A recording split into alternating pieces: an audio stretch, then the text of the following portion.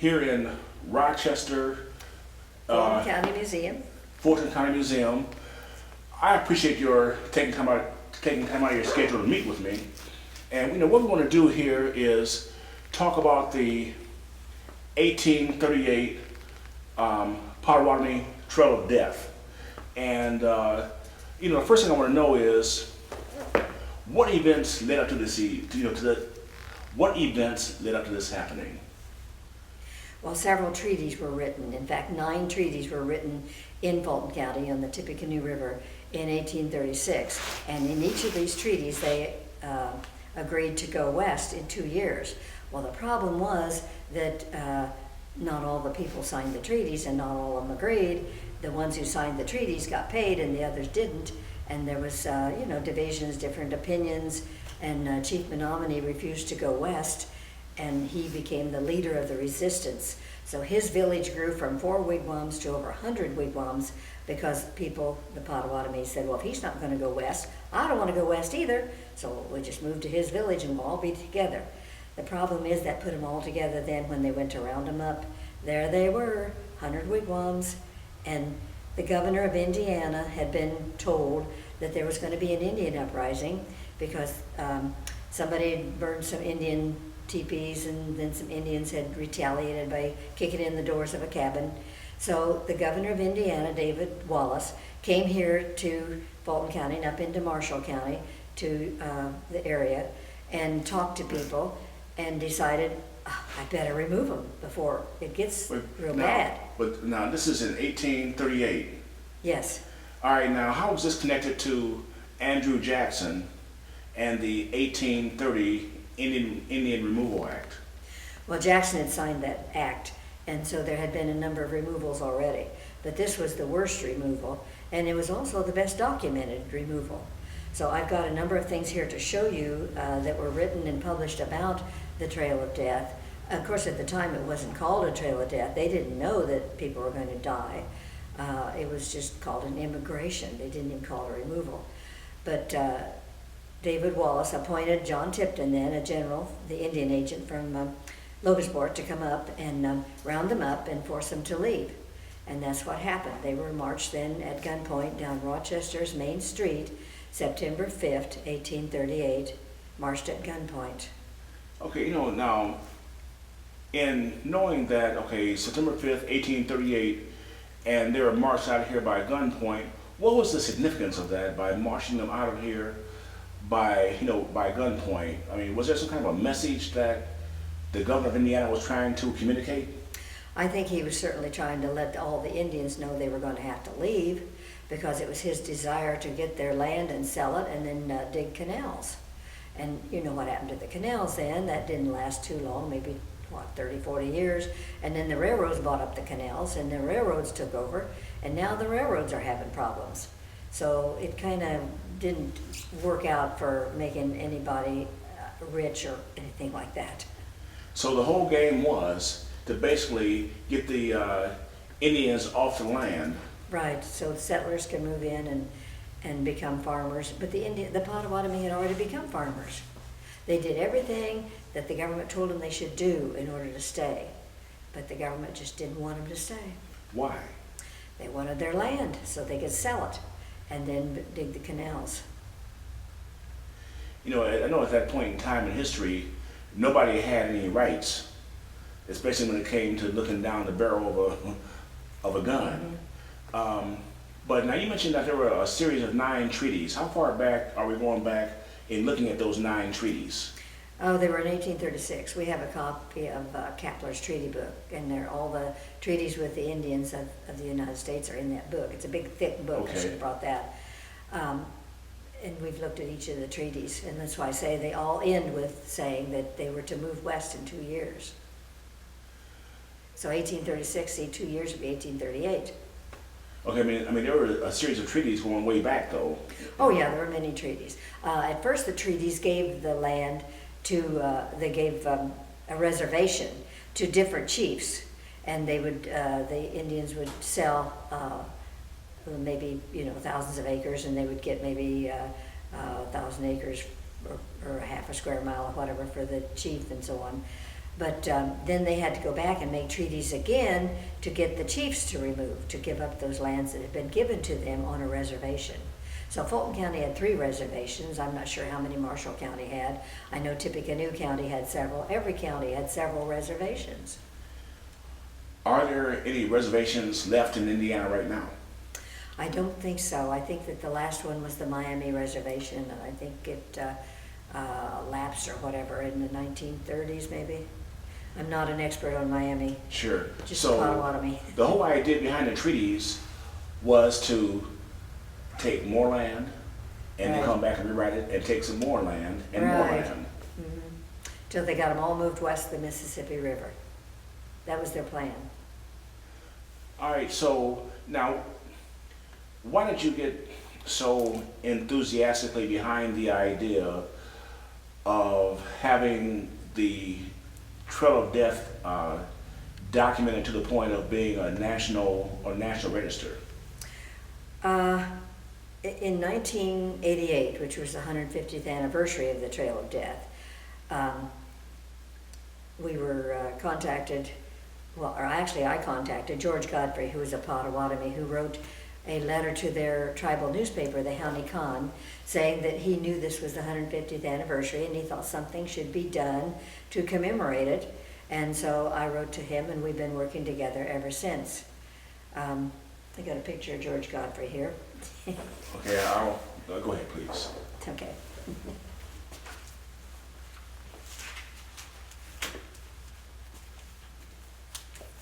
This is George Godfrey and me at the Chief Menominee statue. And so we organized the first Trail of Death commemorative caravan in 1988. And that first one, we really had to figure out the routes. Across Indiana, it was pretty well known, but you get into Illinois, Missouri, and a little further, it didn't, people, well, it wasn't that much in their history as it was here in the Indiana history. So then we decided we would go again in 5 years, so we went again every 5 years. We went 1988, 1993, 1993, 98, 2003, 2008, 2013. We may go again in 2018, but I've got to get some younger people to organize it, because I'm 78. And some of the Potawatomi who have been helping me are older than I am. Some are younger, so we're working on getting more organization and younger folks involved. Now, you just mentioned something about getting young people involved. Right. How has that been? I mean, it seems as though anymore students across Indiana, people across Indiana, have totally lost interest in not only this history but any history. It seems like they get bored real quick and they don't find it interesting. What have you all done to keep that interest alive in young people? Well, we do the Trail of Courage Living History Festival, and we get a lot of young people involved in that. Reenactors' kids are dressed in outfits. We have the Frontier Frolic where they dance the pre-1840 dances of the white people, and then we have Indian dances, and foods cooked on wood fires, and just lots of activities there. And so we do get a lot of kids there. And grandparents bring their kids there every year, and it's just amazing. If you come to the Trail of Courage, which this year will be September 19th and 20th, here at the Fulton County Historical Society grounds on the Tippecanoe River, you'll be amazed. It's like stepping onto a movie set. There's just so many interesting and exciting things with the wooden booths and the teepees and the wigwams, and just, it's fantastic. And kids come, and they love it. We have probably 20 school buses that come. Before we get off to one point about the caravan, I saw that at first what the national parks was giving you a headache, and they didn't want to recognize that as being Yeah, significant. they haven't, right. It's a regional historic trail. We've not, after we asked the National Park Service, and they said no, they thought it was of regional interest, we thought, okay. So we got the 4 state legislatures, Indiana, Illinois, Missouri, and Kansas, to pass a resolution. Did you do that? Yes, I contacted the people, and the other people on the caravan helped me, Potawatomi, and they contacted state legislators in each of those 4 states and asked them, and they passed it in the state legislature of those 4 states. Okay, so now it's a regional what now? A regional historic trail. Mhm. So why isn't that considered national, being that the consequences? I guess the National Park Service maybe didn't want to take on any more responsibility, and they already had the Trail of Tears. And see, several years ago, the Trail of Tears Association asked me to come down to Little Rock, Arkansas, and talk to them because they said, we've only got one historical marker, and you've got a lot of them. So I went and talked to them, and I said, the reason is because we did it ourselves. We did not wait for the government. All the Trail of Death historical markers are paid for by volunteers, donations, people who care, not by the government. Why hasn't the government stepped up? I mean, the government did these things, so why don't they fix these things? I suppose because they're too busy with, we need the highways fixed up and we need, you know, I don't know what all. There's a lot of concerns that need to be met, and a lot of places the money needs to be put, and like you mentioned a little bit ago, history's kind of at the bottom of the heap. But not just with the legislators, that's seeped into the educational system. That's sad, right? I was a history teacher for years, and I still do give a lot of speeches to schools and programs, and the kids are really, really interested when I show them these things. And I wanted to show you that the Trail of Death is the best documented trail removal because of the George Winter book, John Tipton's letters, the microfilm of William Polk's diary, St. Philippine Duchesne, who was a elderly nun who went to be a missionary to them in Kansas in 1841, and just all these people that wrote all these things. And so we have a lot more documentation than the other removals. And then we've got all these historical markers. We got over 80 historical markers on the Trail of Death. All right, now here's what I find curious. Indiana is a while back called a PR firm out of Washington, D.C. to help create an identity for Indiana, because apparently we didn't have an identity. But when you look up Indiana in the dictionary, it says land of the Indians. So you have all this documentation of things that have happened, but why the strong reluctance of not only the state government, but the local cities to recognize the Native American history? Because I've noticed that my city of Fort Wayne, is very poor. I guess well, and I think it was the official state policy for many years that all the Indians were gone because they had forced the removals.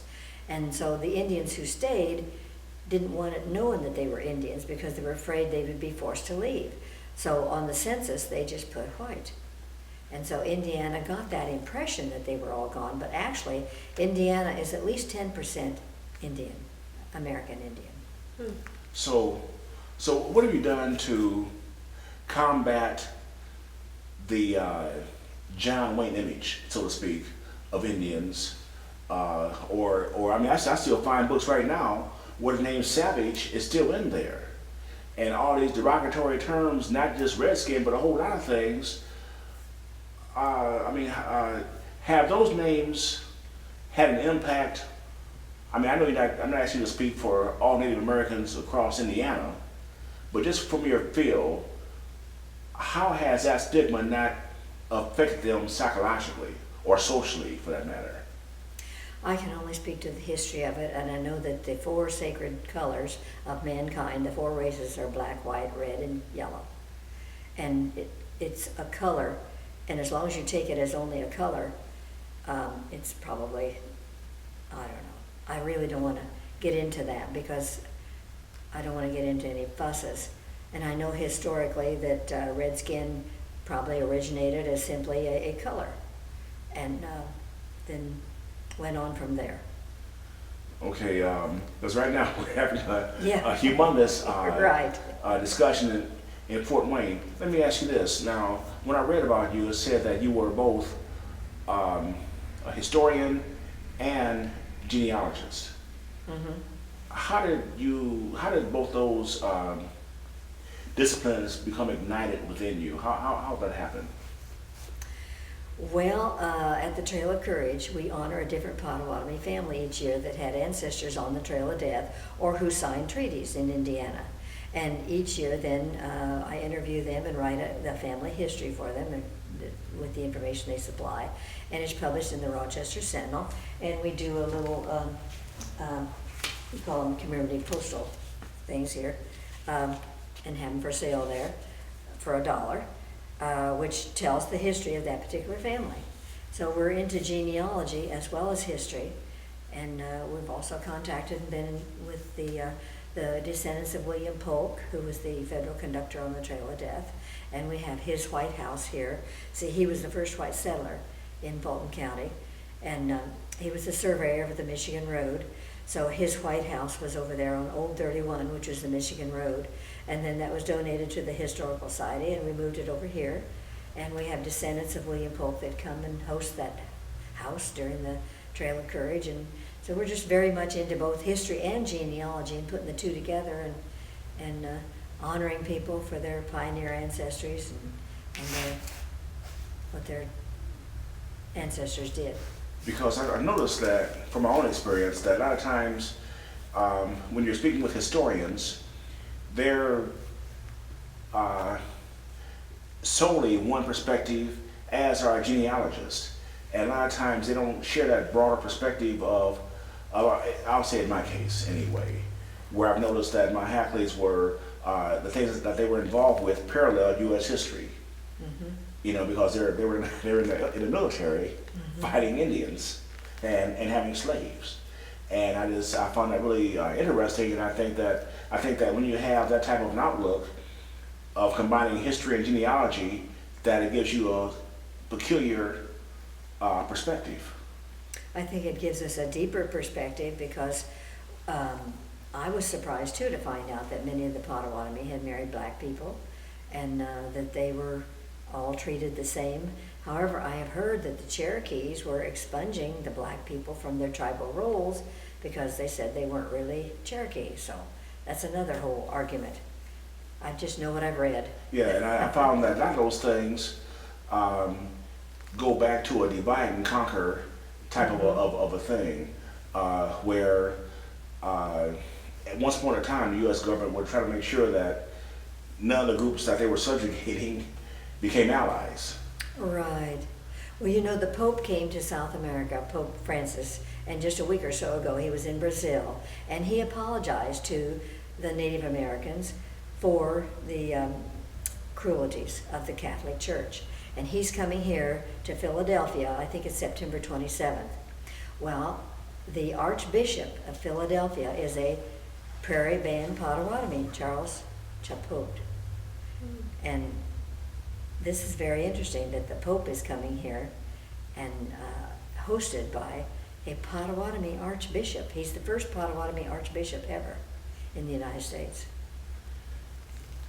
That reinforces an observation I made a long time ago, that history illiteracy is based on ignorance, and ignorance fuels racism. Mm-hmm. And if people read their history, became less ignorant, that racism would dissipate because they'll see how things originally became skewed, almost like a domino effect. Mm-hmm. Going, what's it, Alexander the Sixth, maybe? I think it was Pope Alexander the Sixth that gave Ferdinand and Isabella permission to take whatever lands that weren't already occupied by Catholics. Yeah, discovered and then it's yours. Yes. That's such a, like there was nobody there.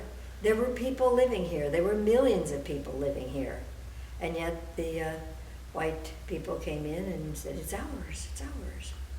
You know, as I've been traveling around Indiana, meeting people like yourself, one thing I've noticed about Indiana is the history is so segmented in that the history of this county or this city right here is not really known or appreciated on the other side of the state or halfway through the state or the southern part of the state. Mm-hmm. It seems as though that our ignorance has been divided, and you know, so that you just can't put the pieces of the puzzle together. What's amazing to me is that all these years, we all knew here about the Trail of Death, that people had not contacted the Potawatomi and talked to them. But apparently, I was about the first one to reach out to them and try to become friends with them and work with them to preserve the history of the Trail of Death. In fact, when I first went out there in 1988, there were some who had never even heard of the Trail of Death. And then there were some who didn't want to speak to me. They said, oh, we don't want to talk about that. That's sad. We don't want to talk about it. But now we have gotten many, many people interested in it, and so all the different bands are now interested in preserving and working with it. And there's the Citizen Band in Oklahoma, the Prairie Band in Kansas. Michigan has an Upper Peninsula Hannahville band, and then the Pokagon Band, the Gun Lake Band, the Natawasipi Band, and of course the Canadian Band. So there are 7 or 8 different Potawatomi bands, and they get together once a year. Were those bands ever one band? I don't know for sure. Because I haven't checked back yet, but a lot of times when I see that there's different groups of the same group, the same ethnicity, I find that the Americans have been there and created animosities and divided everybody up. Because when you divide up everybody, it's easier to take a land. Well, the earliest recorded history seems to be that they were around Wisconsin and the Great Lakes, and then they were forced west. And many of them decided they were not going to go west, so they went to Canada, and some of them went down to Texas, and some went into Mexico. The Kickapoos of Texas, the Potawatomi fled from this area to avoid the Trail of Death. Chief Menominee's family. Tell me a little bit about Chief Menominee. I haven't heard that much about him. I read a little bit about him. I know that he was here at the time of the removal, but tell me a little bit about him. Well, he had a band around Twin Lakes, Marshall County, around Plymouth, and he refused to sign the treaty and sell his land. He and 3 other chiefs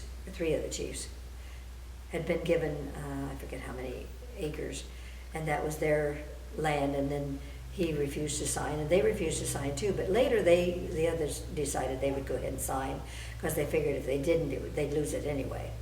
Well, that's what happened with Menominee. When they rounded him up, they took him and his family, and so he lost the land, but they never got paid for it. The other chiefs got paid for it, but he didn't.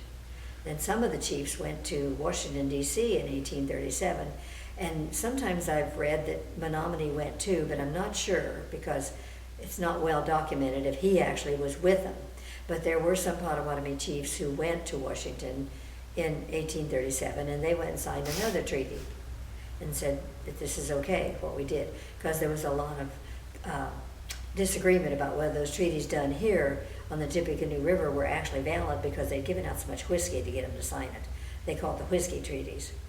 So there's also stories that when they sold the Indians things, they had a lot of traders. See, they'd set up cabins, and each one was like a little separate store, and all the Indian had to do was go in and sign his name, take whatever you wanted, because they knew they were going to get paid. Fort Wayne was a real fort, and they'd send over a wagon load of gold to pay them. So the Indians went very deeply in debt at the treaty grounds, and then, of course, after the treaty was signed, then the government was supposed to pay, and here come all the treaties. Well, this one trader says he owes me $1,000. Another, well, they owe me $6,000. They owe me $10,000. So most of the money went to the traders. So when some of the Potawatomi said they'll go ahead and sign the treaty now because they may lose the land anyway, that sounds like a combination or somewhere in between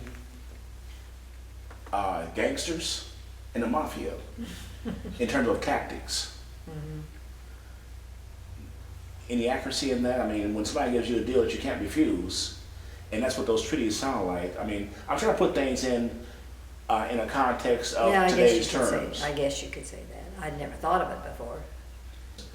Not to demean America or anything, but I think that this history has to be told very straight to the point and correctly, because I think that, and this is my estimation, Eric Hackley speaking here, it seems as though that when you don't tell a story straight and honestly, it leads to confusion and you know you already had these stereotypes in there from Hollywood, and this doesn't give a clear truth of people and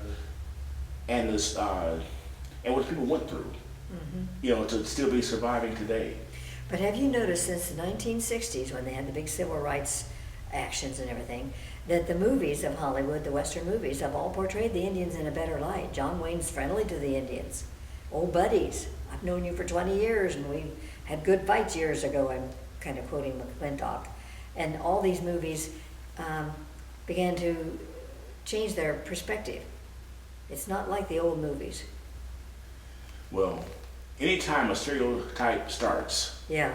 it's hard to fix that, especially after, I mean, when the books have savage or those kind of words in there, I mean, and then somebody's going back doing research, I mean, Well, you can't take the old books and throw them away.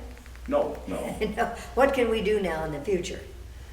Tell That's the question. the truth about the past. Right. And that's why I'm here talking with you right now, because the history books aren't, I don't know if Texas writes our history books. If they are, we're in really big trouble. I think they're hiring out-of-state people to write the history books, but now the new one for the Indiana Bicentennial was written by James Madison, and he's a Hoosier. So in fact, I contributed information to it. It's got the map of the Trail of Death. How about you? Yeah. So it's written by a Hoosier, and I haven't read the whole thing yet, but what I sent to him I knew was telling accurately about the Potawatomi and the Trail of Death. Well, I think that, I mean, that's all well and good. My purpose here today to meet with you is to just talk with you and feel about how you feel about things and discuss your research, you know, because your research is just as valid as anybody's. In fact, different places where I've been, your name keeps popping up all over the place.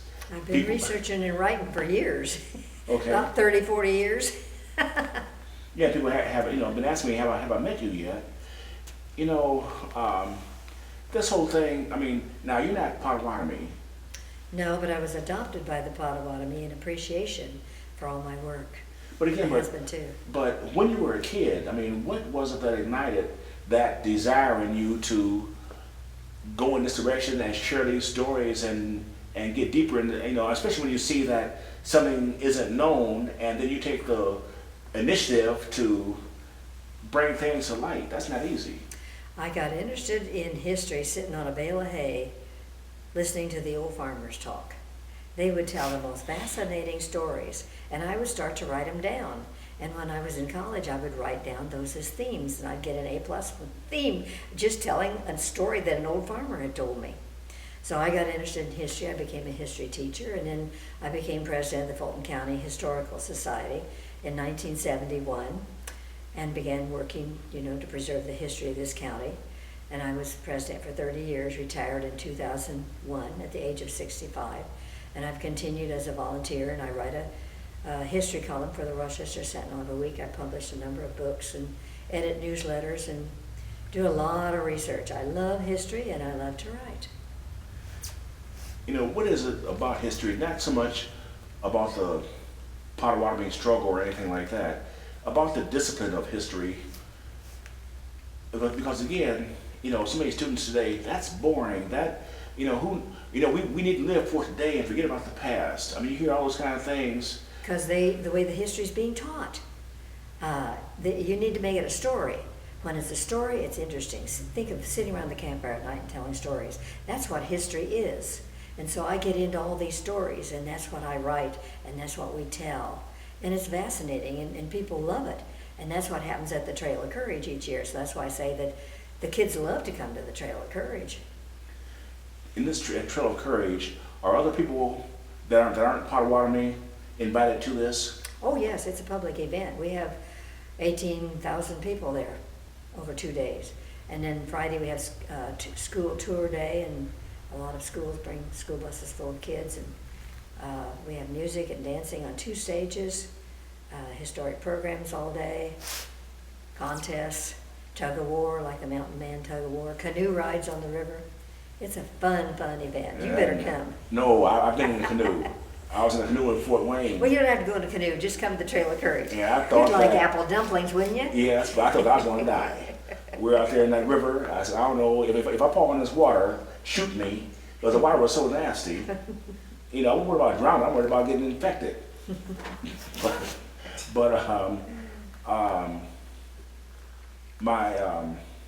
Anyway, trying to, well, okay, the governor. Earlier, we were talking, you mentioned that you wanted to approach the governor to get his involvement in acknowledging the Trail of Death. Now, quite frankly, I've heard of the Trail of Tears, and I thought that they were just one symbolic term, the Trail of Tears, that just covered all the Indian removal. I didn't know that there was anything that Indiana was more specific than that until I started investigating it. I said, oh boy, now I never heard of this here. A lot of people hadn't. But there's the Cherokee Trail of Tears, the Potawatomi Trail of Death, the Navajo Long Walk. Nearly every tribe suffered a forced removal. And some of them have different names, and you're kind of right that they have Trail of Tears as a generic term for all of them. But I have asked the governor to issue an apology to the Potawatomi for the Trail of Death, because it was the Indiana governor, David Wallace, who ordered the Trail of Death. So I feel it would be very appropriate, especially for the Indiana bicentennial this next year. The governor of Kansas, Sam Brownback, issued an apology to the Potawatomi for the Trail of Death when we got there in the caravan in September of 2013. And I found out then that the U.S. Congress had apologized to the Indians in 2010, but it didn't receive much publicity. Most people don't even know that the U.S. Congress did an apology because it wasn't given a public reading. Well, then when the Indians found out, they got a copy of it and did a public reading. But still, it's not widely known. I think I heard that there was another state, maybe South Dakota, was working on an apology, but I'm not sure if they've done it or not. Since you'll make this happen, what can the people of Fort Wayne do to assist your effort? I guess talk about how it would be a good thing. Some people say, okay, an apology doesn't do any good. What we need is this, money or that or health care or whatever. But an apology shows that your heart's in the right place.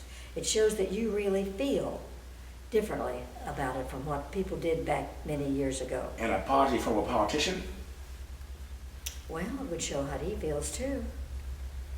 Well, perhaps so, yes. I'm being a little facetious, but no, I think a lot of people in Fort Wayne would love to assist that effort, because when you ignore one group, you're going to ignore everybody and just stay in alignment with corporate, or, well, corporate primarily, perhaps.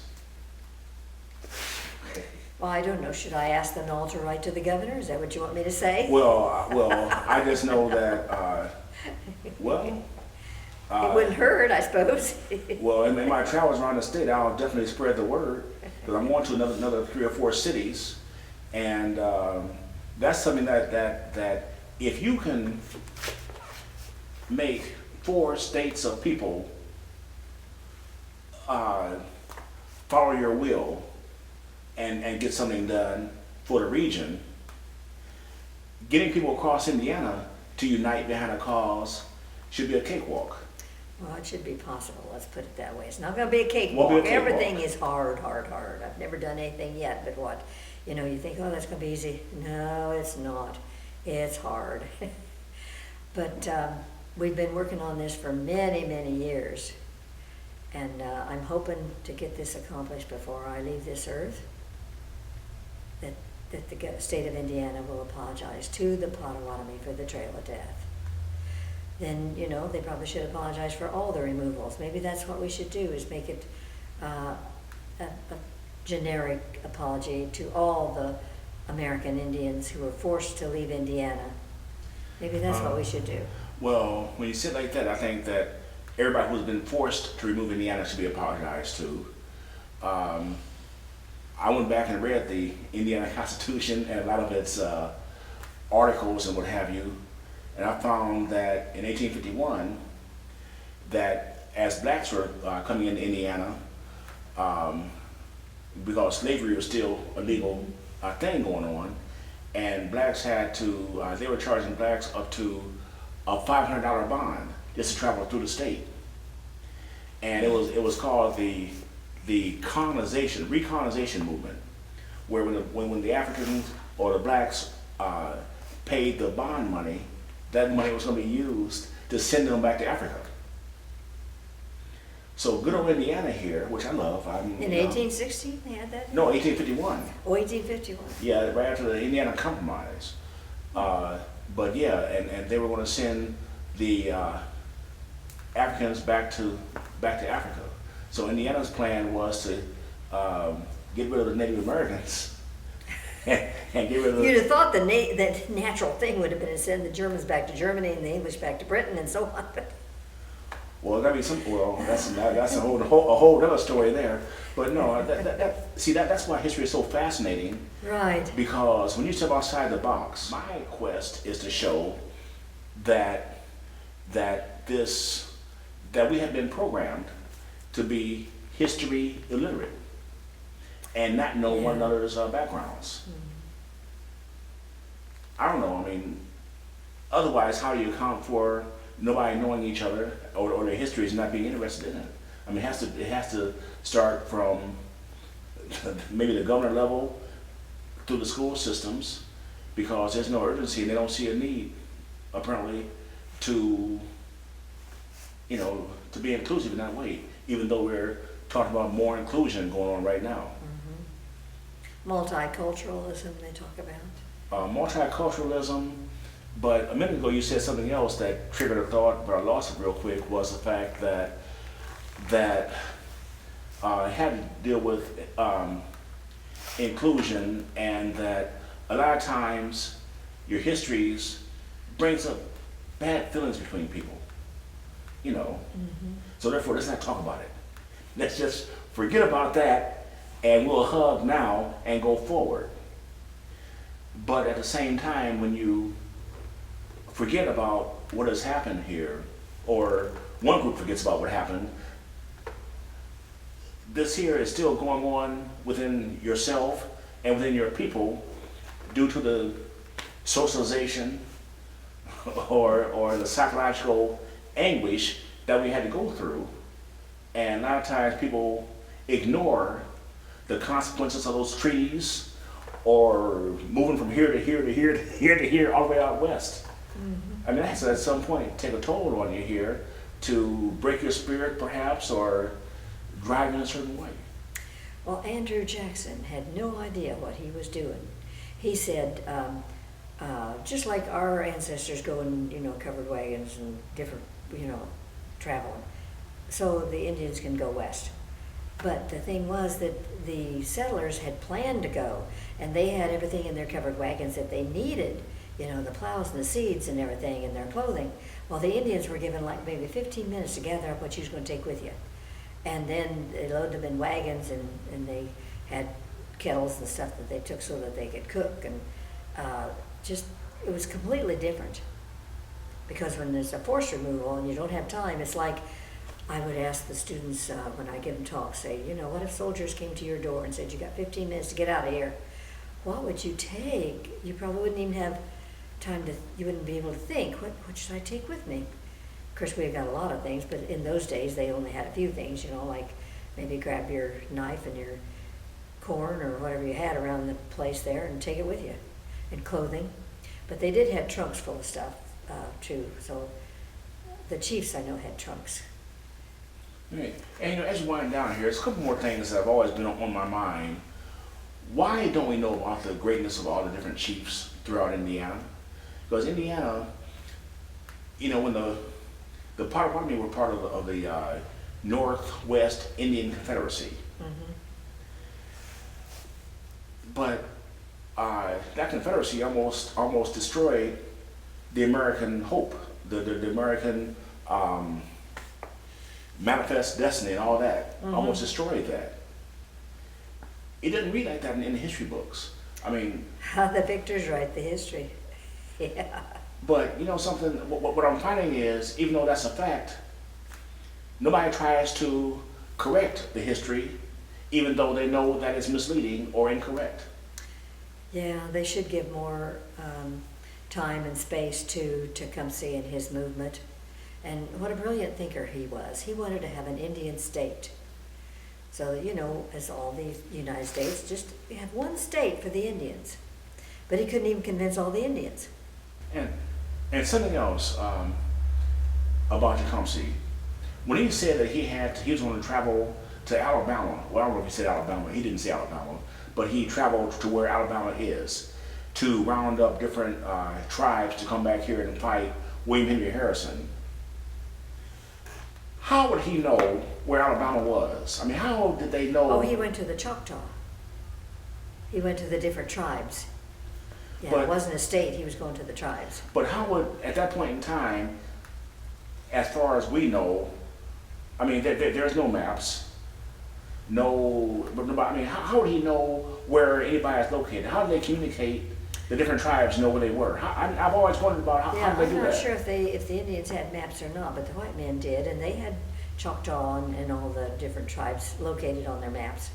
So, and I think that even before white men came, in 1620 or whatever, that the Indians knew where the different groups lived.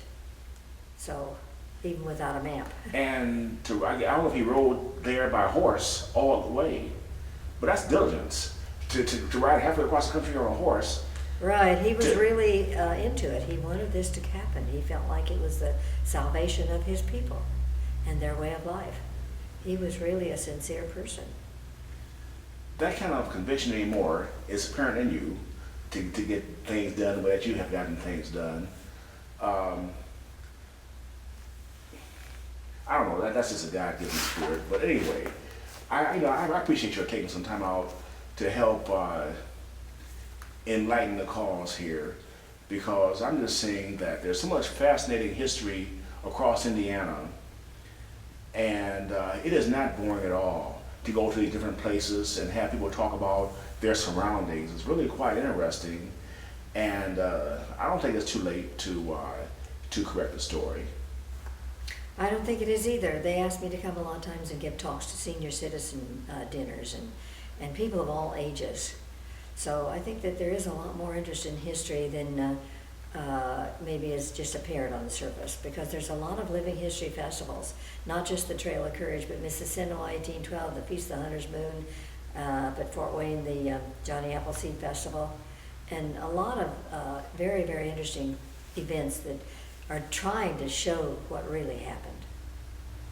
Well, Mrs. Willard, I appreciate your taking some time out here, and this is a beautiful museum here, and some of the things that you're doing.